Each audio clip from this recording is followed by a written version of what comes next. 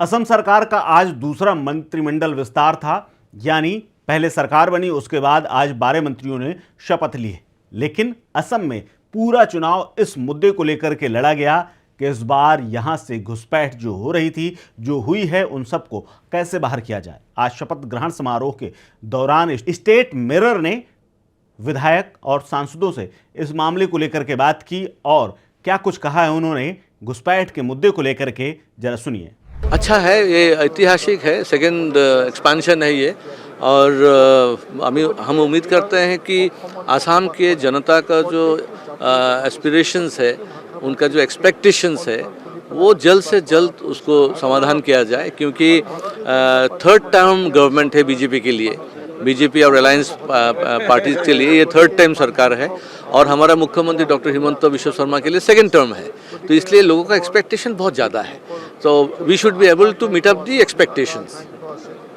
घुसपैठिया का मुद्दा आता है, हिमंता बिस्वा शर्मा सरकार बार बार ये कह रही है, और यूसीसी बिल हाल ही में यहाँ आपने पेश किया है, उस पर क्या कहेंगे sir?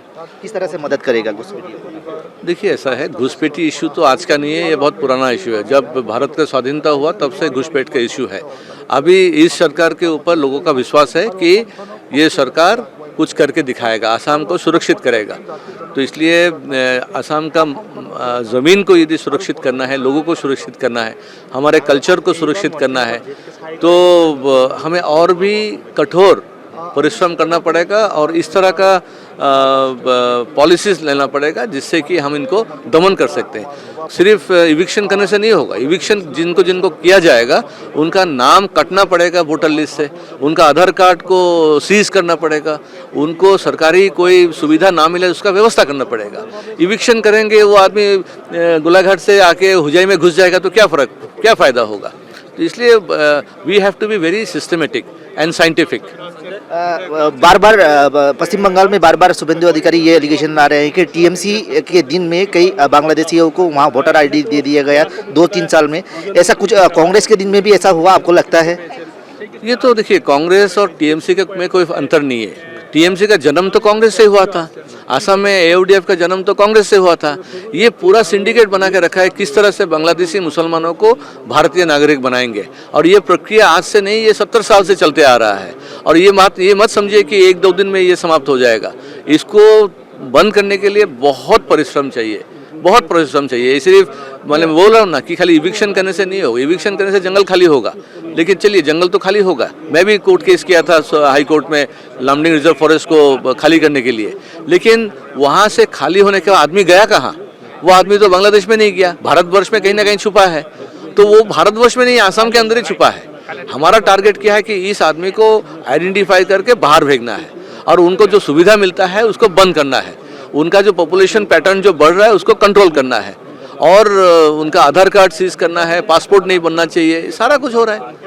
Assam is a centre of making passports, ठीक है ना। बांग्लादेश से आता है, यहाँ से इजीली आप पासपोर्ट बनाइए, फिर चला जाइए दुबई में, अरब में, कहीं भी चला जाइए।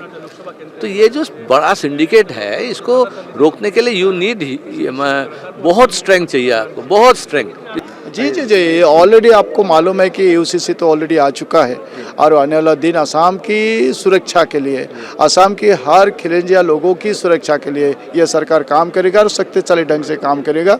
क्योंकि गया जो दिन था वो आसाम की काफ़ी खिलंजिया लोगों की बहुत ही चैलेंज की एक परिस्थिति आ गए थे, लेकिन अभी ये सरकार वैसा काम करेगा जो यहाँ हर जाति धर्म के लोग सुरक्षित हो। जी, यूसीसी का मुद्दा आता है, घुसपैठिया का मुद्दा आता है। आप बोराक वैली से हैं और बांग्लादेश से सटा हुआ जगह है, और इस यूसीसी के जरिए किस तरह से उस घुसपैठिया को नाकाम करने में कोशिश है? ये बढ़िया बिल पास हुआ है यूसीसी, और यूसीसी से जरिए हमारे असम में एकता आएगी। जो पहले इतना डिवीज़न रहता था वो सब खत्म हो जाएगा। तो यूसीसी पास हो गया है, इसके लागू होने से अब घुसपैठी आ ही नहीं सकेंगे, जो हैं उनको भी निकाला जाएगा। तो बहुत अच्छा हुआ यूसीसी बिल पास करके, बहुत अच्छा किया सरकार।